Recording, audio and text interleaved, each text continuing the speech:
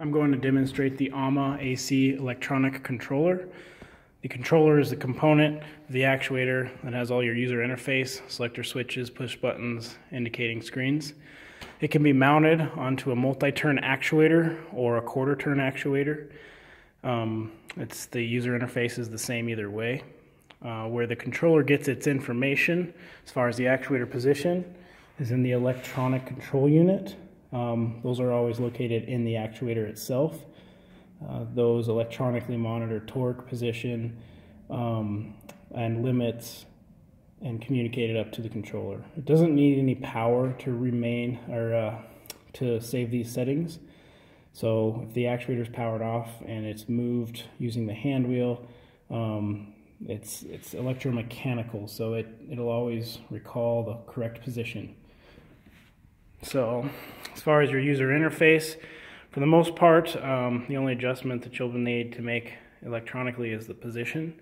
There's a lot of other settings you can do which are done through the same kind of basic mechanics that I'm about to show you. But let's just say right here we want to position this valve. Let's say right there is where actual close position is, and so we want to set the limit there. You set the controller to the off mode, hold down this button to go into programming mode, go down to customer settings, and now you can go to limit switching. You want to set position open or closed, set to closed. You log in as a specialist by default, and the password is just all zeros. So now it's telling you position it closed and then hit enter. So we've already done that, so I'm just going to hit enter. So now it's indicating to me that we've set the in position closed. So I can go back one screen, and now we want to set in position open. So you go ahead and hit enter there. Now it's asking you to move it open and then hit enter. You could either open it manually with the hand wheel, or you could actually switch it over to electronic mode and hit open. When you're doing this, just pay close attention to the valve. As you approach the open limit, stop it and finish the rest of the way by hand. The actuator has no way of knowing where to stop because you're setting the limit.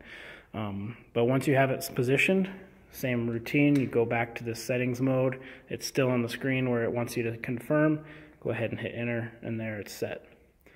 So then to back out, you just hit this programming button. You just keep backing out until you're back to your main screen. So here we can verify that it's been set, its open limit is set. As it travels closed, it shows you the percentage, blinks in the direction of travel, and it stops on its limit.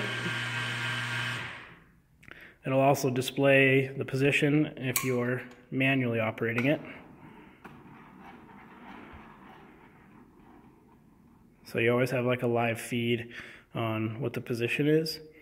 And so that's all there is to it. When you do that, when you set these actuators, it automatically adjusts. If this is like a modulating application, it automatically adjusts the position feedback and the position command. So you don't have to set all those functions independently. It's all already automatically done when you set the limits. The hand wheel itself is convenient because it just uses a push button mechanism. So if you have to climb up the ladder to access this actuator, you can maintain 3 points of contact, and with your free hand you can push in the D clutch and then start spinning the hand wheel. And once you've done that, you're engaged, and now you're free to operate this hand wheel. So it's pretty convenient to use that design for the D clutch. And anytime you operate it electronically, it automatically clutches the motor back in and then declutches the hand wheel. So that way you never have a hand wheel spinning at the same time as the motor. That would be a hazard. So that's for the most part, you know, your basic settings. You can adjust torque, you can adjust your relay outputs, but you know, fundamentally you can pretty much do everything via the push button station.